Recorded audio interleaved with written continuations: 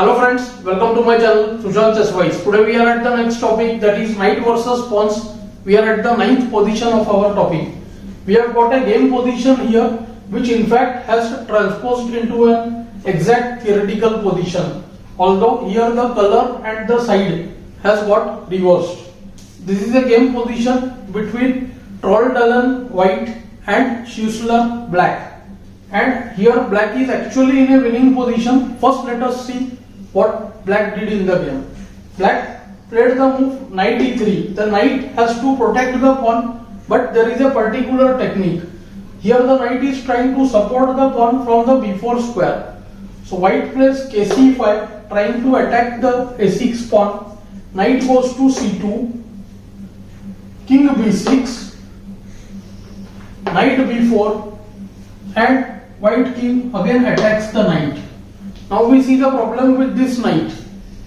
The knight has to keep the b6 square guarded, otherwise immediate kb6 comes. King is unable to support the knight.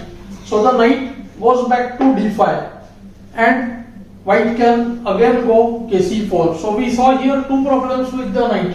The knight is unable to waste the tempo, and we see that after ke5, kc5, ke6, kc6, black has nothing else but to go back ke5, and we will get the same position again like this. In fact, this position had already happened in the game, and this position actually was already threefold repetition in the game. But if black could find, let's say in this position, black to play, black has just one way of winning. The knight should protect the pawn from not ahead, but it should protect the pawn from behind. It can use some other ideas. Let's see what. So the only winning move, knight f6, an excellent move. The knight is heading to the d7 square to guard the entry from b6. So white rushes with kc5, otherwise the knight will guard the c5 square from d7, and king will occupy the d5 square and pick the pawn on a5. So kc5, nd7 check, king c6, attacking the knight, and now comes the main idea of nf6. The knight goes to b8 with a check, knight protects the pawn, and when the king tries to attack the knight, the resulting position which comes is a winning king and pawn endgame for black. Black has the good move kd5, king takes b8 forced, and king c6, and we see that there is nothing that white can do. After ka7, kb5 is instantly lost.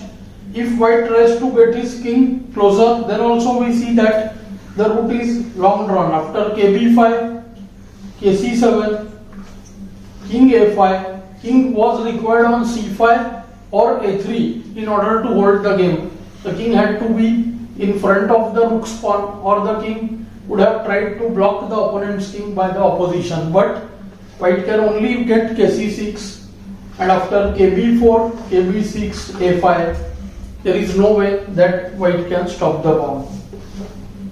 Also after kd5, a5, kd4, a4, kd3, kb3,